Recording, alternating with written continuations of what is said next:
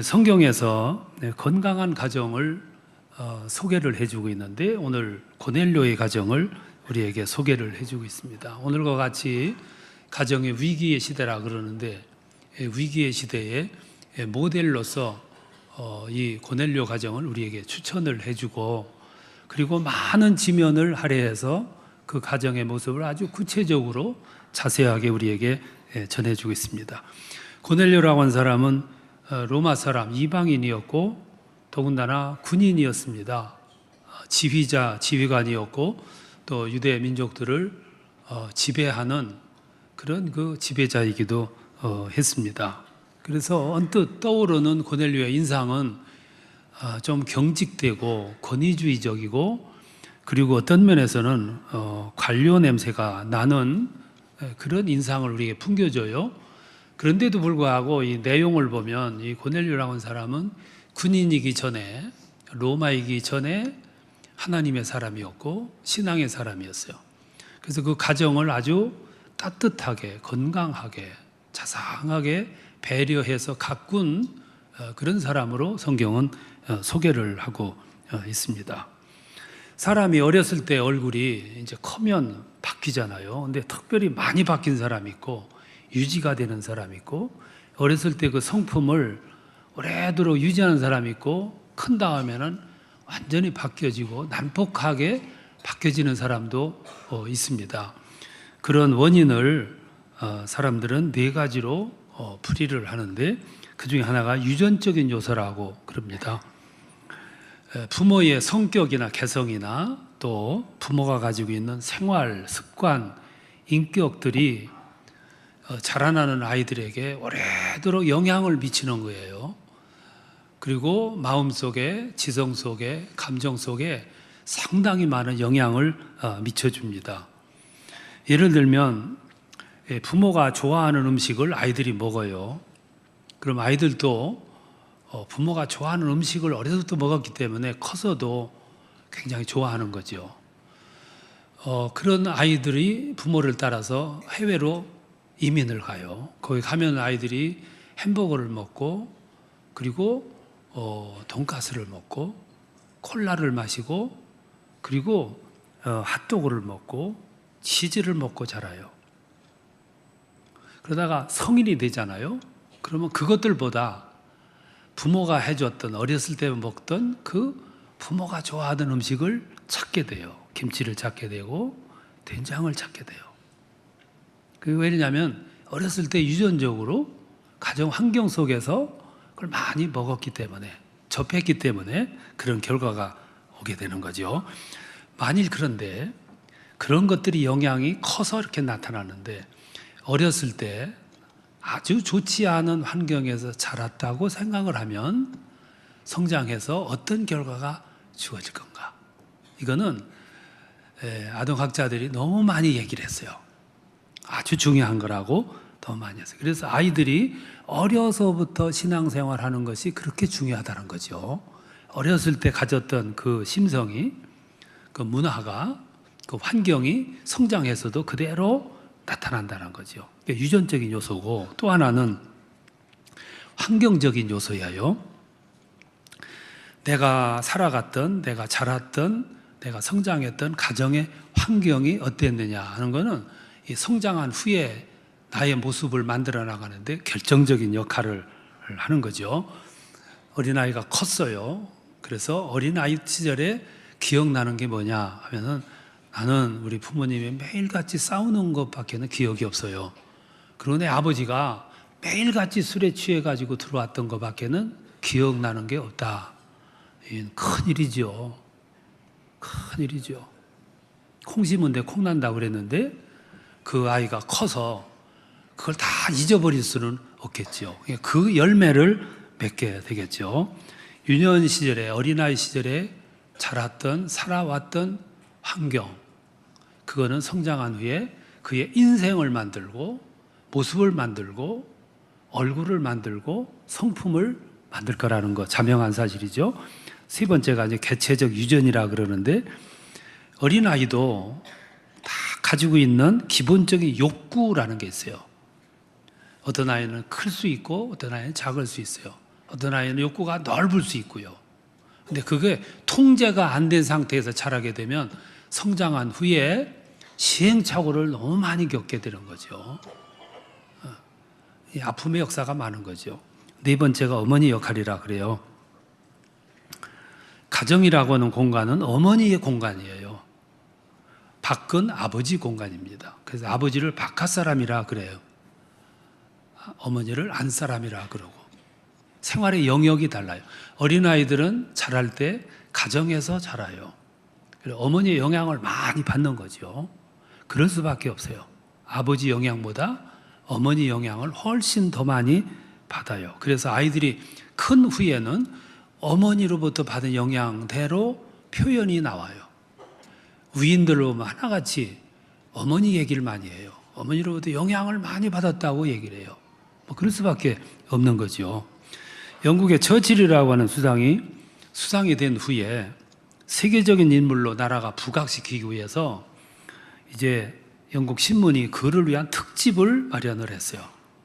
그래서 어려서부터 이렇게 성장하는데 그의 영향을 미쳤을 유치원 교사에서부터 성장원까지 교사들을 다 찾아서 인터뷰를 했어요.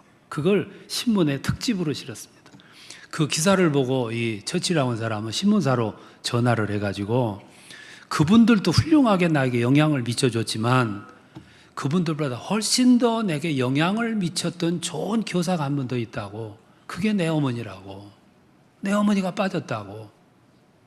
그렇게 고백했다가 아주 유명한 일 하잖아요.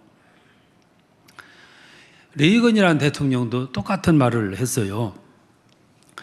어느 날 특집에 출연해가지고 말하기를 내 인생에 가장 많은 영향을 줬던 분은 우리 어머니, 내 어머니 넬리 레이건이었다고. 그분이 내게 많은 영향을 미쳤노라고. 이게 어린 시절은 어머니 품에서 많이 자라고 그리고 그 주변에서 많이 자라게 되기 때문에 그렇죠. 이 네 가지 요인이 인생을 결정짓고 나의 모습을 결정짓고 나의 성격을 만들어내는데 결정적인 환경적 요인이라는 거예요. 그러면 오늘 성경에서 제시하고 있는 고넬료의 모습은 어떠냐 하면은 그 고넬료 집에 이 요소가 다 들어있어요. 그래서 성경은 고넬료의 한 사람의 문제를, 삶의 내용을 많은 지면을 할애해서 우리에게 소개해 주고 있어요. 그 말은 무슨 말이냐면 이 기사를 통해서 우리에게 주고자 하는 메시지가 강하고 크다는 얘기죠. 근데 그의 가정 속의 요소가 대표적으로 세 가지가 있었어요. 그 중에 하나가 경건이에요. 2절에 보면 그가 경건하여 온 집안과 더불어 하나님을 경외하였다 그랬어요. 로마인인데 이방인이잖아요. 군인이었는데 지배자였는데 그의 집에 경건이 있었어요. 좀 어울리진 않죠? 이방인의 집에, 군인의 집에, 지배자의 집에 경건이 있었다는 거예요. 그리고 하나님을 경외하였다. 나뿐 아니고 온 가족, 종들도 노예들도 부하들도 같이 그 집에 온 집의 공기가 문화가 분위기가 경건으로 이렇게 드리워졌다 이 말씀이야. 그래서 그 경건을 마시며 숨쉬며 보며 느끼며 살았다는 거죠. 놀라운 일이죠. 경건은 가정의 필수적인 요소입니다. 그래서 모든 가족이 그거를 머금고 살아야 돼. 필수적인 요인이에요. 오늘은 경건이 상실된 시대예요. 가정에도 경건이 없어요. 가정에 달력들을 이렇게 벽에다 붙이고 있는데 달력의 그림이 뭔가도 우리가 알아봐야 돼. 술집에서 발행한 카렌다는 거 그림이 좀 야해. 별거 아닌 것 같은데 그걸 바라보면서 우리의 느끼는 이 받는 인상이 강한 거예요. 거기에서부터 주어지고 받는 메시지가 강하다 이 말씀이야. 그 말은 경건한 사진 하나가 내게 주는 메시지도 암시도 강하다는 똑같은 논리 되겠죠. 아이들이 어려서부터 TV를 봐요. TV는 아이들 문화가 별로 없어요. 그리고 어린이 프로에 대해서 오늘 아이들은 관심이 없어요. 어른들 프로를 봐요. 쇼 프로를 보고 오락 프로를 봐요. 그래서 아이들이 어려서부터 어른들이 부르는 노래를 불러요. 어른들이 추는 춤을 아이들이 아주 익숙하게 춤을 춰요. 그거를 부모들은 부추겨요. 그리고 그걸 보면 박수를 쳐주고 좋아하고, 아이는 통제 없이 그거를 문화를 즐기는 거예요. 어른들이 부르는 유행가를 부르고 어른들이 부르는 트로트 노래를 불러요. 그러니까 아이들 머릿속에 마음속에 동화가 없는 거예요. 동화는 아이들의 마음속에 꿈을 심어주고 정서를 심어주고 그리고 아이들의 심성에 필요한 많은 무지개를 심어주는데 그게 없고 어른들을 노래를 불러. 그러니까 아이들의 과정을 뛰어넘어서 직접 어른의 사고로 들어가는 거예요. 어른의 문화로. 오늘 이게 보통 문제가 아닌 거지요. 아이들이 TV에서 항상 전쟁 영화를 보고 싸움을 봐요. 칼싸움을 보고. 아이들은 뭐 막대기만 있으면 그걸 가지고 칼싸움을 해요. 기계, 장난감, 총을 가지고 그냥 쏴요. 아버지한테도 쏘고 어머니한테도 쏘고. 아버지 어머니가 하루에도 수백 발씩 총을 맞아 죽는 거예요. 어떤 어머니는 아이들에게 놀아주기 위해서 실감나게 해주고 막 쏘니까 넘어져줘. 죽었어. 근데 안 일어나는 거예요. 이웃집 엄마가 와서 같이 놀았는데 그 모습을 보고 이상하니까 다가가가지고 아니 왜 안 일어나냐고 어떻게 됐냐고 그러니까 실눈을 뜨면서 하는 얘기가 가만 내버려두라가 내가 쉴 수 있는 시간이 이 시간밖에 없다고. 그게 여러분의 얘기예요. 아들 둘 셋만 길러보세요. 매일같이 수백 번씩 총을 맞아 죽어. 근데 그런 놀이가 나도 모르는 사이에 내 의식 속에 차곡차곡 쌓이는데 아이들이 포악해지는 거고 시끄러워지는 거고. 태교가 중요하다 그러는데 오늘 우리의 문화는 시끄러워요. 너무너무 시끄러워. 미국의 타임지가 통계를 냈어요. 미국의 기혼 여성 1,000명을 상대로 해가지고 조사를 했어요. 하루에 일과를 무슨 소리를 듣고 사냐 하게 되면 45%가 팝 음악을 듣고 산다고. 재즈 음악을 듣고 산다고. 하루 종일에서 절반이 그 시끄러운 음악을 듣고 사는 거예요. 그리고 아이를 잉태해요. 그 아이가 자라서 조용할 리가 없는 거지. 난리를 떨며 사는 거예요. 매가 있습니까? 혼내기를 합니까? 벌을 줍니까? 거기다가 먹이는 게 뭐냐면 소젖을 먹이는 거예요. 그 아이가 조용히 있을 리가 없는 거지. 얼마나 시끄럽게 살아나갔어요. 이게 우리들의 모습이에요. 한 어머니가 비탄에 눈물을 흘리며 이런 시를 썼어요. 시도 아니죠. 참회문이지. 나는 아들을 사랑했습니다. 무척이나 사랑했습니다. 근데 그 아이와 많은 시간을 보내지를 못했습니다. 먹고 살기 위해서 돈벌이에 바빴습니다.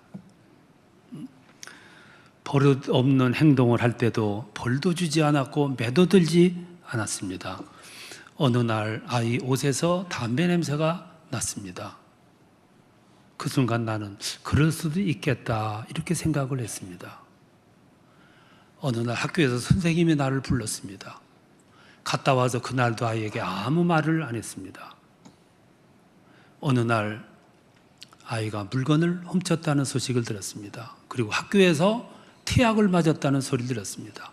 그래서 나는 그 아이에게 주던 용돈을 회수했습니다. 그런데 어느 날 경찰이 찾아왔습니다.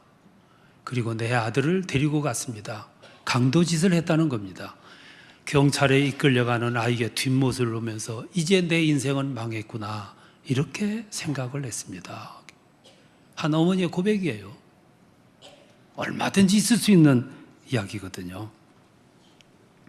강아지 한 마리를 키우는데도 정성이 들어가고 손길이 들어가야 되는데 화초 하나 기르는데도 수많은 손길이 들어가야 되는데 한 생명을 양육하는데 저절로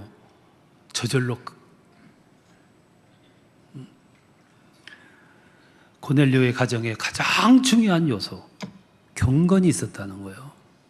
그가 경건하여 온 가족과 더불어 하나님을 경외했다. 이 가정의 요소예요. 경건은 자라나는 아이들의 심성에 지대한 영향을 미쳐요. 그때는 몰라. 성장한 후에 꽃이 피듯이 때가 됐을 때 꽃이 펴야 되는 거 아니겠어요? 그게 경건의 요소. 두 번째 요소가 뭐냐면 기도였어요. 2절에 보면 고넬료가 하나님께 항상 기도했다고 그랬어요. 고넬료는 기도하는 사람이었어요. 그 모습이 온 가족에게 상당한 영향을 미쳤을 거예요. 여러분, 기도가 뭡니까? 우리는 기도 이해를 자꾸 뭔가를 달라고 기도하는, 일용할 양식을 달라는 기도로만 생각하기 때문에 기도를 곡해하는 거예요. 기도는 뭐냐면은 환상을 갖는 거예요. 꿈을 갖는 거고, 미래에 대한 희망을 갖는 거고, 기도 속에 우리는 미래에 대한 그림을 그리는 시간이 기도 시간이에요. 여러분들이 어린아이를 위해서 기도해 준다면 무슨 기도를 하냐면, 이 아이가 장차 커서 큰 일을 하게 해주세요. 큰 인물 되게 해주세요. 많은 사람들을 위해서 큰 일 하는 사람이 되게 해주세요. 그게 꿈이에요. 환상이고. 기도해 주는 사람은 그 아이에게 꿈을 심어주는 사람이고, 기도를 받는 아이는 꿈을 받는 시간이에요. 그래서 그 꿈을 속으로 가지고 있는 거예요. 꽃 피우는 거지요. 기대를 갖고, 미래의 희망을 갖고, 그리고 바람을 갖는 거지요.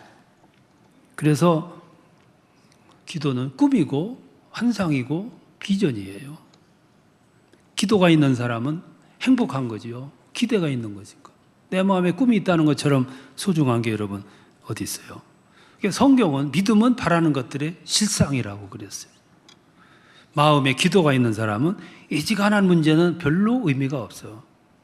그래서 큰 기도가 있고 꿈이 있는 사람, 기대가 있는 사람은 오늘 현재 문제에 대해서 그렇게 집착을 하잖아요. 더 큰 꿈이 있기 때문에, 비전이 있기 때문에.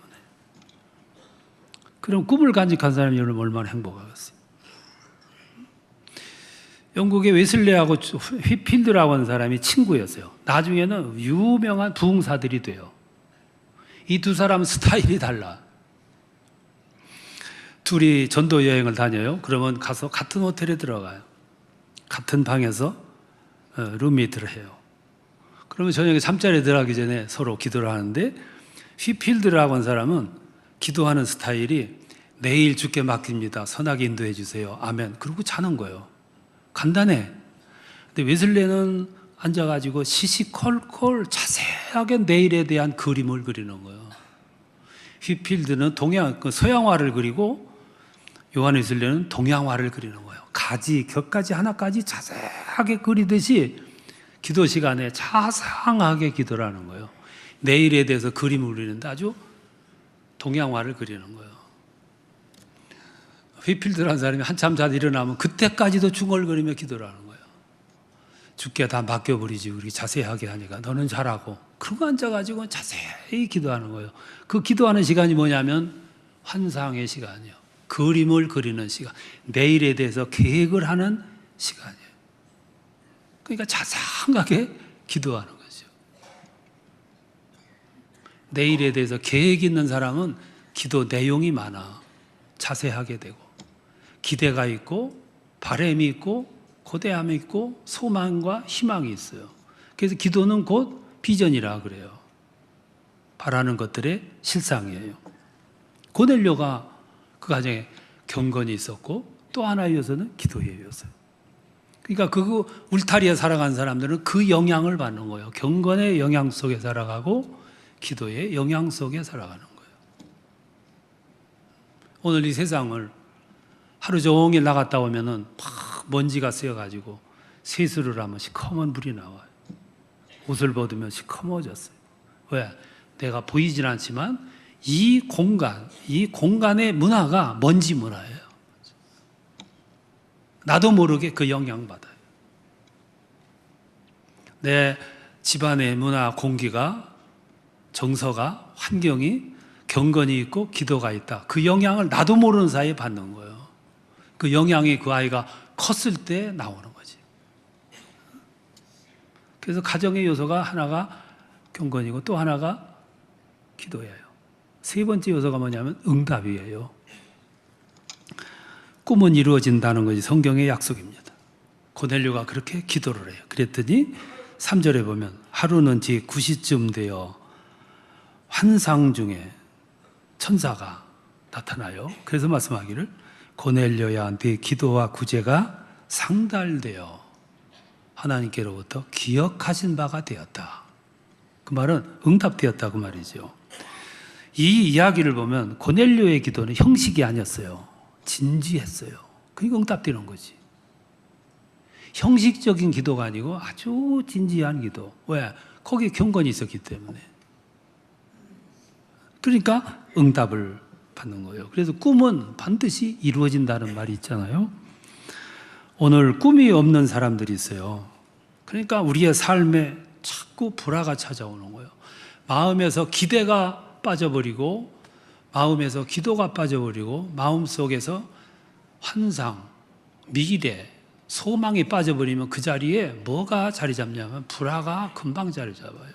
갈등이 자리 잡고. 참 불행한 일이에요. 여러분 부부가 우리가 같이 살잖아요. 보통 50년 살아요.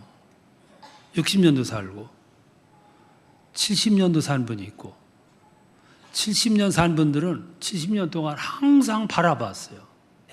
같은 공기 속에서 살았어요. 같은 음식을 먹었어요. 같은 물을 마셨고요. 같이 바라봤어요. 그러면 닮아야지. 부부는 닮는다 그러지 않아?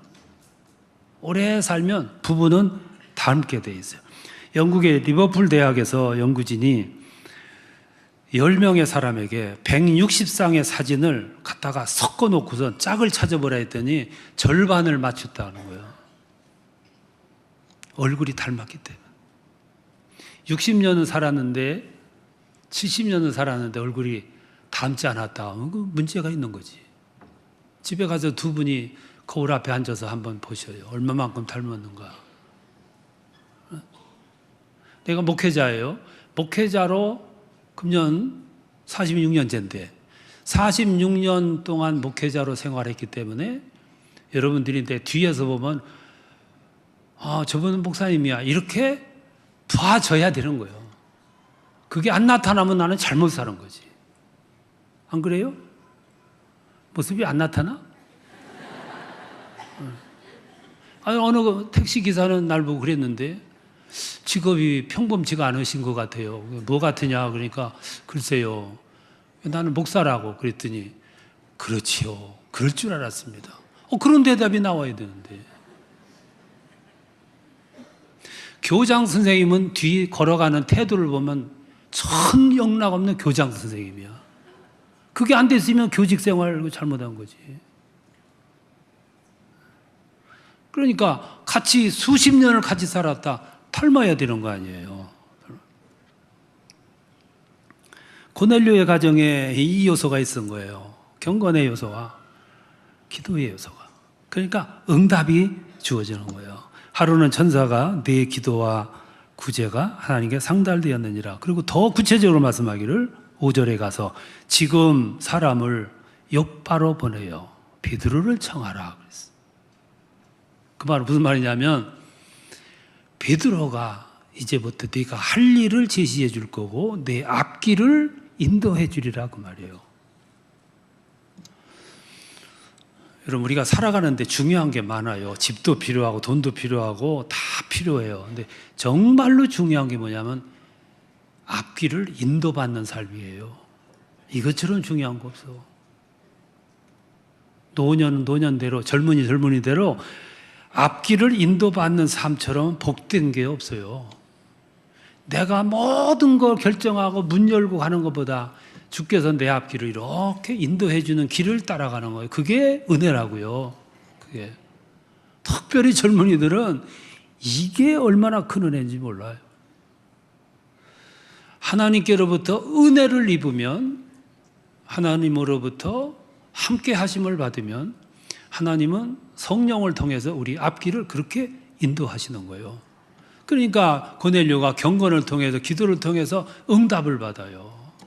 그러니까 저 바닷가에 시몬의 피장의 시몬의 집에 베드로가 있으니까 그를 청하라.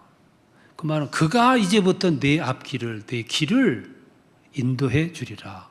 얼마나 큰 축복이에요. 우리 자손들에게 큰 집 물려주는 것도 중요하고 돈, 재산 많이 물려주는 것도 중요한데 정말로 중요한 거는 그 아이들과 하나님과 깊은 관계를 맺어져 가지고 그 하나님이 그 자식들의 앞날을 이렇게 인도해 주는 그 은혜를 입게 해 주는 것이 제가 볼 때 가정, 부모들이 가장 애써야 할 부분이 아닌가 생각해요. 최고의 복이죠. 그러니까 성경을 보십시오. 고넬료가 로마 사람인데, 이방인인데, 그런데 하나님이 그를 저 로마 전도하는데 고넬료를 사용하시잖아요. 그럴 만한 이유가 경건과 기도와 응답의 생활이에요.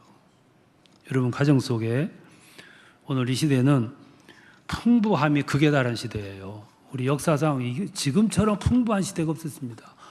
풍부가 좋기는 한데 풍부 속에 묻혀 살아가다 보니까 정말로 중요한 걸 잃어버리고 덜 소중한 것 때문에 우리들이 질주하며 살아가고 있는 거예요. 이게 오늘의 우예요. 정말로 물질적인 것에 집착하다 살아보니까 더 중요한 것들을 잊어버리고 상실하고 살아간다 이 말씀이에요. 내가 잃어버렸는데 아이들은 덩달아 잃어버리는 거죠. 아무리 물질적인 것이 풍부할지라도 그보다 더 소중한 것이 있거든요. 그걸 챙기는 거예요. 그걸 물려주는 거죠. 여러분들의 삶을 통해서 그런 역사가 꼭 일어날 수 있기를 축원합니다.